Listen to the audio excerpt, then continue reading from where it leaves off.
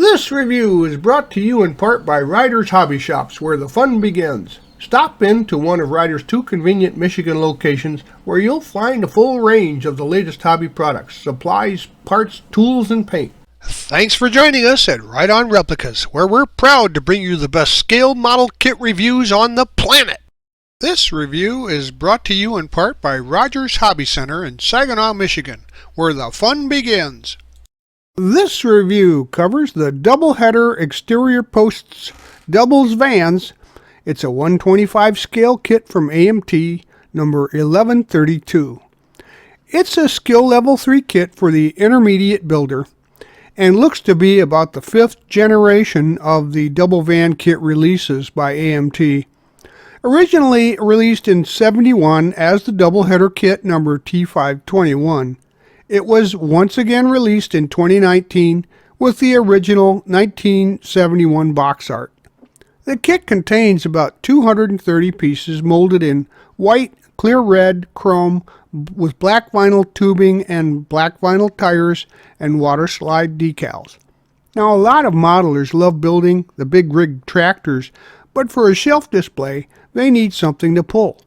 This kit will fill that void and most of your display shelf too, because when you're finished, it's about 27 inches long, 3.5 inches wide, and 6.5 inches high. Here are the contents of the kit. And as you can see, the parts are nicely arrayed in their sprues. It does have some larger panels, but it's a fairly basic kit. I mean, there's no motor. There's a few fiddly parts, but just about anybody should be able to make this kit by following along in the review. We'll be using liquid cement for most of the build, sometimes super glue for strength. And please remember to use or follow the safety and use guidelines when you use any of the products that you see or hear mentioned in the review.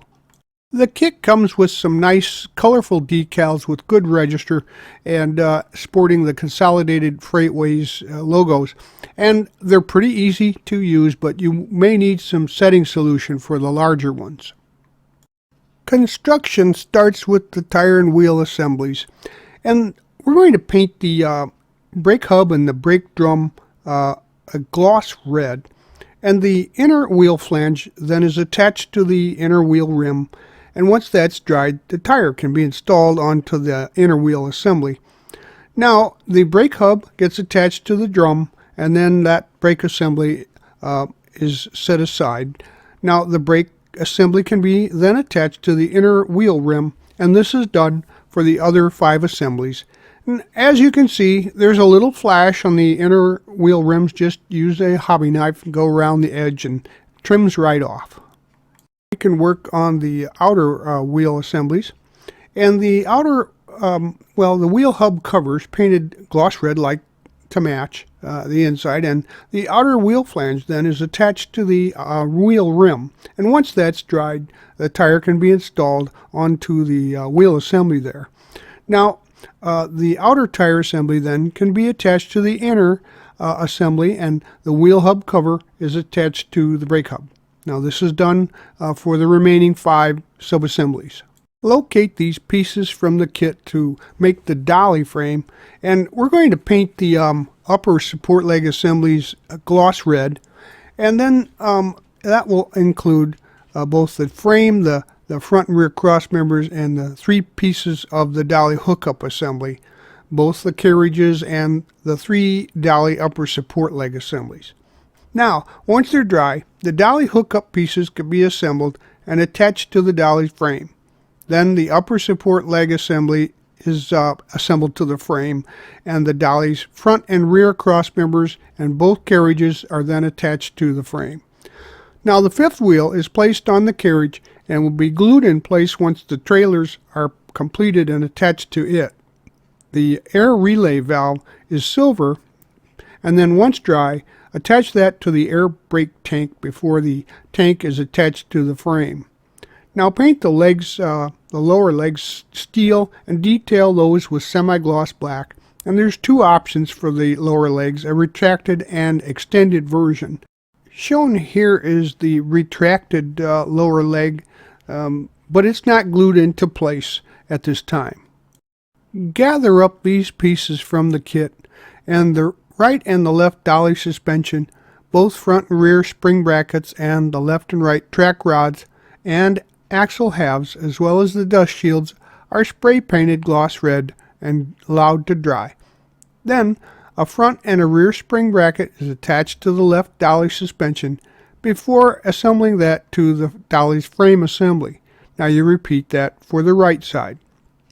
Assemble the two axle halves and attach them to both dolly suspensions, and detail the axle assembly with some silver. Now the two push rod slack adjusters are painted silver and when dried attached to the axle assembly.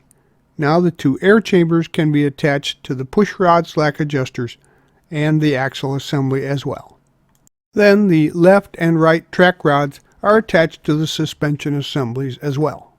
Next we'll use an axle, and they're going to be installed into one of the tire assemblies, and then gently tap the metal axle into the assembly with a hammer and a light touch, and then slide the other end of the metal axle onto the axle assembly, and then press a second tire assembly in from the other side to the exposed axle, and squeeze them together until they stop. Now we can use these pieces to begin building the vans, and note that we'll be doing all of these following steps twice to build both trailers. The door track is glued to the right body sidewall, and a door track is attached to the left body sidewall, and then the right and left body sidewalls are spray painted with gloss white. Next we'll paint the body front wall gloss white, and the floor is painted with some flat black. That's the bottom side. And then some wood tones on the top side. The body front wall, left body sidewall, and the right body sidewall are then attached to the floor. You'll find a trademark script here on the body front wall that can be lightly sanded off, but actually should cover up with some paint. Now you can cut the door apart there at the connector, and the edges are slanted a little bit before being sprayed gloss white. The door sections are slid into the grooves of the door's tracks on the trailer, and when I cut the door sections apart, I placed them on a piece of taped cardboard to keep them in order, in the order in which they were originally found. And the instructions say to stick a piece of tape on the back of the door sections to hold them in place when they are installed onto the trailer. We'll gather up these pieces next, and the rear frame, the left reflector mount, and the right one mount plate there are along with the rear hookup bracer sprayed gloss white and allowed to dry. And the rear frame is attached to the trailer assembly, and the left reflector mount is attached to the left wall and the rear frame, and the right one likewise on the rear frame on the right. Now the rear hookup brace is attached to the frame at the rear, and the two splash guards are painted flat black, and after they've dried, attach those to the rear of the frame. Locate the roofs and spray paint those gloss white, and then attach that to the trailer assembly. Now you can look for those marker lights, and they'll be attached to the trailer in various locations. You'll see where those are placed on both box art and the instructions. The two logo panels can be spray painted gloss white and then attached to each sidewall. Locate these pieces to assemble the support leg assembly, the upper, and the two pieces of the left and right upper support leg assembly are put together, and then the cross brace is attached to the right and left upper support assembly there. Now the two retracted lower support legs are assembled, and the two extended lower support legs are assembled. Next, the upper support leg assembly and the retracted lower support leg assembly, and both the extended lower support leg assemblies are painted gloss red. Then you'll see in here that in the extended lower support leg photo, they're installed onto the upper support leg assembly, however they're not glued on. Now we'll locate these pieces to put together the first suspension assembly, and then paint that gloss red.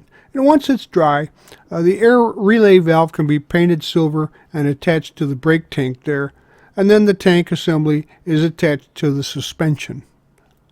Now we'll add these pieces, and the two axle halves and the dust shields are painted gloss red and allowed to dry, and the push rod slack adjusters, they are painted silver. Now the axle halves can be assembled, and then the whole assembly attached to the suspension. The axle assembly is detailed with some silver, and then the push rod slack adjusters can be added to the axle assembly. Now the two air chambers are attached to the push rod slack adjusters. Now we'll grab a pair of the wheel assemblies, and we'll insert a metal axle into one, slide it through, and tap the other tire onto the other end of the metal axle there. Now as for these slack adjusters, the instructions don't really point those out, but there's enough of them to be used in all of the suspension assemblies, so I added them into place and painted them red like the suspension. Now look for your glue points on the main van, and we're going to make sure that you scrape any paint away from that location for a good bond. And also remember, you need to scrape any chrome away for parts that are chromed to get a good gluing joint. Now go ahead and add the support leg assembly and suspensions there to the trailer assembly. Using these parts, we'll attach the kingpin to the upper coupling, and then that assembly is painted gloss red, and then it can be attached to the trailer assembly as shown. Paint the rear hookup arm gloss red, and once dry, attach that to the brace. Now the license plate can be attached to the lower left frame area. The instructions didn't have callouts for decal locations, but you can go off the box art to apply those into position. Here you see the decaling in the back end, and note that there's an optional way to do that door that matches the box art, and that would be to just switch the section that has the rear markers on it with the very top section of the door there. Well, there you have it. Your model is done, and now you've got two 27-foot trailers and a dolly to use for a display with your favorite tractor. Now these vans are still in use pretty extensively in the Midwest today, and the pieces there were available to build a second dolly, except for the 4 tires and an axle. But those could be sourced or replicated, and then you'd have a second dolly. But nonetheless, there's 230 pieces to the kit, but don't be scared. That means there's only 115 per unit. So it's really not that hard to build, and if I were you, I'd buy one and put it on my shelf. We hope you like this premium step-by-step scale model kit review. And so that you don't miss any more, please subscribe to our YouTube channel by clicking on the icon in the lower right hand of any of our reviews. But you can find us on Facebook or at our website, rightonreplicas.com. Thanks.